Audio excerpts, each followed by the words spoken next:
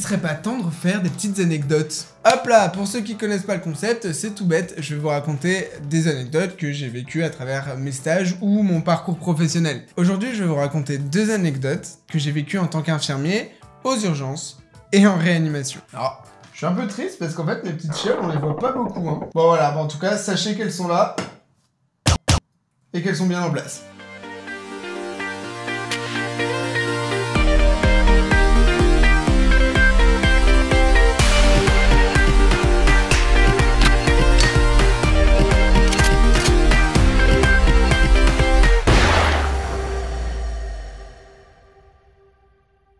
Voilà, ma première anecdote, elle se déroule quand j'étais aux urgences, donc il y a plus d'1 an et demi, puisque je suis en réanimation depuis plus de 18 mois. Il faut savoir qu'aux urgences, on réalise régulièrement des simulations, c'est-à-dire qu'un médecin se met avec un mannequin dans une des salles de déchocage et appelle à l'aide en disant qu'il y a un arrêt cardiaque, et comme ça, donc l'équipe arrive, et dès qu'on voit que c'est un mannequin, et ben on sait qu'on va avoir droit à une simulation. C'est pas parce que c'est un mannequin qu'on va pas se mettre dedans et qu'on va pas se donner à fond. C'est vraiment le but de ces simulations, c'est vraiment de se mettre à fond et de réviser les méthodes et les algorithmes pour l'arrêt cardiaque. Ah oui, et ce que je vous ai pas dit aussi, c'est que des fois on commençait la simulation directement avec le médecin, c'est-à-dire que le médecin venait nous choper en amont et il disait « Ok, toi tu vas en simulation, moi je vais être observateur, tu commences dans la salle de déchocage et c'est toi qui donne l'alerte. » Donc bref, au début quand j'étais aux urgences, il y en avait quasiment 1 par semaine, donc c'était vraiment quelque chose de très régulier, et donc j'en ai fait plusieurs quand j'étais aux urgences parce que je tombais souvent dessus. Et donc je vous donne un petit détail tout de suite parce que ça va vous aider à comprendre. Dans les salles de déchocage, il y avait des interphones, et des interphones, il y en avait aussi dans le poste de soins et à l'accueil. Et donc en fait, quand on avait une urgence vitale, on devait composer un certain code sur l'interphone pour appeler dans les autres postes des urgences pour prévenir tout le monde si jamais on avait besoin d'aide. Si par exemple on était tout seul en tant qu'infirmier dans une salle de déchocage avec un gamin qui tombe en arrêt cardiaque, on faisait ce numéro-là pour éviter de se déplacer et chercher du monde. Là au moins ça faisait une alerte générale dans toutes les urgences et tout le monde se ramenait. Et donc, comme je vous l'ai dit, il faut faire une certaine combinaison de chiffres. Bref. Donc le médecin me chope, me dit de venir avec lui dans la salle de déchocage. Faut savoir que c'est des scènes qui sont filmées. Donc en fait, le médecin, il commence à filmer la scène avec son portable et il dit « Top, c'est parti !» Et il me dit en amont, c'est un gamin qui est en arrêt cardiaque. Je me précipite sur l'interphone et je compose ce qui me semble être le numéro des autres postes des urgences. Et donc je dis « On a un arrêt cardiaque, il faut venir tout de suite. » Parce qu'attention, il ne faut pas préciser que c'est une simulation, sinon les gens ne viennent pas. Donc il faut dire la vraie alerte, il faut dire « Je suis dans telle salle de déchocage, j'ai un arrêt cardiaque, j'ai besoin d'aide. » Et donc c'est ce qui se passe. J'étais tout seul. Donc du coup, je me mets à faire un massage cardiaque, parce que c'est le premier truc qu'il y a à faire. Bon, après avoir vérifié les voies aériennes, bref, on s'en fout. Je masse, mais il y avait personne pour insuffler. Et là, le temps commence à être long. Parce que je me dis, putain, il y a personne qui arrive. Et je m'étais dit, putain, normalement, les gens sont assez réactifs, même s'ils savent que c'est une simulation, ils arrivent. Et là, personne. Mais quand je vous dis personne, c'est qu'il y avait le médecin comme ça, et moi j'étais et 1, et 2, et 3, et 4, et 5, et 6, et le temps m'a paru infiniment long. Je pense que j'ai eu le temps de faire, allez, 4 cycles. J'étais face à la porte du déchocage, et là, je vois l'équipe de réanimation arriver, avec les sacs sur le dos.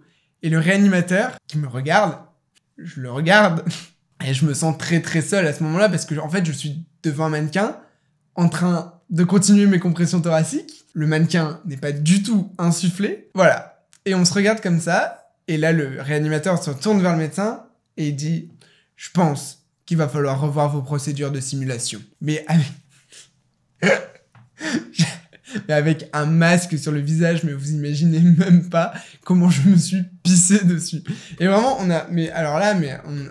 on s'est senti tellement con. Je vous explique. Enfin, moi, surtout, je me suis senti con. J'ai composé le mauvais numéro, et j'ai composé le numéro de la réanimation, ce qui fait qu'en fait, il y a ces interphones-là aussi en réanimation, sauf qu'on n'appelle jamais dessus. On a une autre procédure pour l'arrêt cardiaque que j'ai expliqué dans le 2e épisode pour les anecdotes. Mais c'est pas du tout la procédure, donc là, en fait, ils se sont dit, putain, mais il y a vraiment un arrêt cardiaque, et ils ont pas fait le bon système et tout ça, et du coup, ils sont venus, mais en courant, genre vraiment, ils étaient...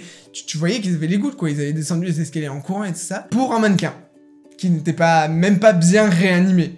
Voilà, donc on s'est pris je me suis pris une sacrée honte. On peut le dire comme ça, que j'étais vraiment pas fier après cette situation-là. Voilà. Ah là là. Je sais pas pourquoi je vous raconte ça en fait, je me fais du mal, je me discrédite en vous racontant ce genre de choses. J'aime me faire du mal, je pense que c'est ça le... Bref. Anecdote suivante. Là, cette fois, c'est une situation un petit peu plus récente qui s'est déroulée donc en réanimation. De nuit. Je prends en charge un enfant qui est intubé, ventilé et sédaté, heureusement pour lui, et c'est un gamin qui est intubé depuis 8 jours, je crois. Et bref, on comprend pas trop parce que sur le respirateur, on voit qu'il y a des fuites. Faut savoir que donc autour de ces sondes d'intubation, il y a un ballonnet qui se gonfle contre la trachée et qui empêche par exemple le liquide de passer en cas de vomissement. Le respirateur sur lequel est branché l'enfant est capable de calculer le pourcentage de fuite. Donc ce qui nous permet d'avoir un petit peu une idée de savoir si le ballonnet est gonflé ou non, ou s'il y a une fuite dans les tuyaux tout simplement. Et là en fait on comprend pas parce qu'en début de garde on a des fuites qui sont assez importantes. Et du coup, on se pose la question de comment est le ballonnet. Et en fait, pour vous expliquer, je vais essayer de vous mettre un schéma pour mieux comprendre. Le ballonnet, du coup, il se trouve au bout de la sonde d'intubation. Et il y a un petit fil qui parcourt la sonde d'intubation et qui ressort de la bouche pour qu'on puisse gonfler le ballonnet, en fait. Et donc, il y a une espèce de petite poire où on appuie dessus, en fait, ça nous permet de savoir si le ballonnet est assez gonflé. Et vu que c'est vraiment pas précis parce que c'est au toucher, on adapte ce qu'on appelle un régulateur de ballonnet. Et en fait, on injecte de l'air jusqu'à ce qu'il y ait une petite barre verte qui arrive dans une certaine jauge. Bref, c'est pas la question, c'est très visuel, il faut l'avoir vu pour que vous compreniez vraiment ce que c'est. Et donc du coup, je regarde le régulateur de ballonnet et je vois que normalement le ballonnet est bien gonflé, mais que j'ai des fuites importantes sur le respirateur, donc je me dis que le régulateur de ballonnet est défectueux. Donc j'essaye de l'enlever. Il faut savoir que c'est enquillé à l'intérieur. Et donc du coup, j'essaye de faire comme d'habitude, je n'y arrive pas. Je dis bon, c'est effectivement, je pense, le régulateur de ballonnet qui bug, il faut vraiment que je l'enlève. Donc je commence à essayer de le plier dans tous les sens et tout ça, et j'y arrive pas. Du coup, à ce moment-là, je tire un peu plus fort, et je vous ai parlé de la petite poire. Et ben elle s'est cassée. Elle s'est cassée et elle est restée dans le régulateur de ballonnet.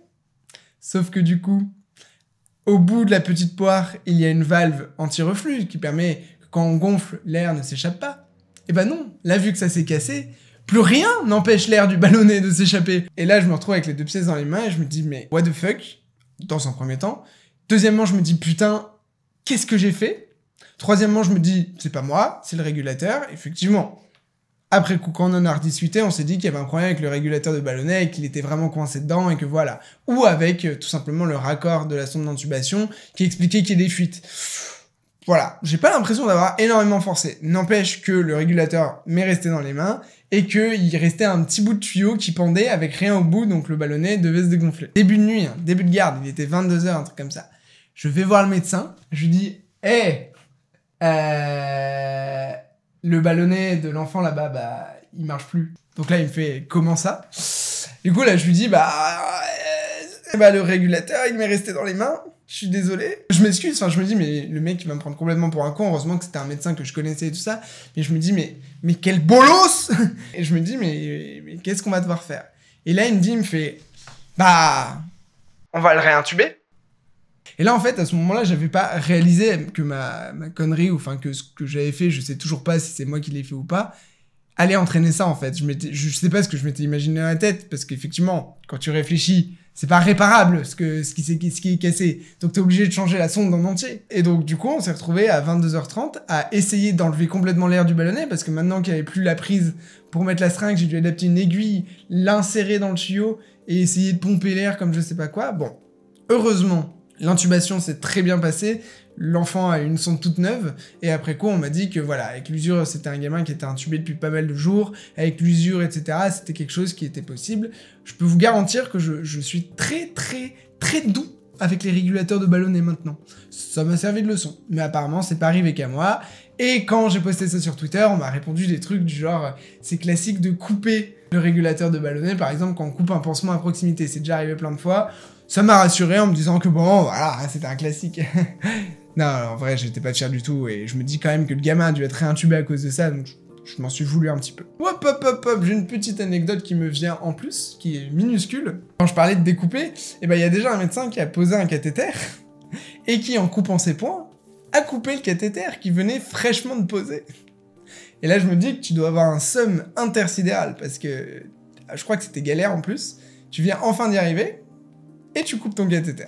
Enfin bref. Bah voilà, j'en ai fini pour ces 2 anecdotes.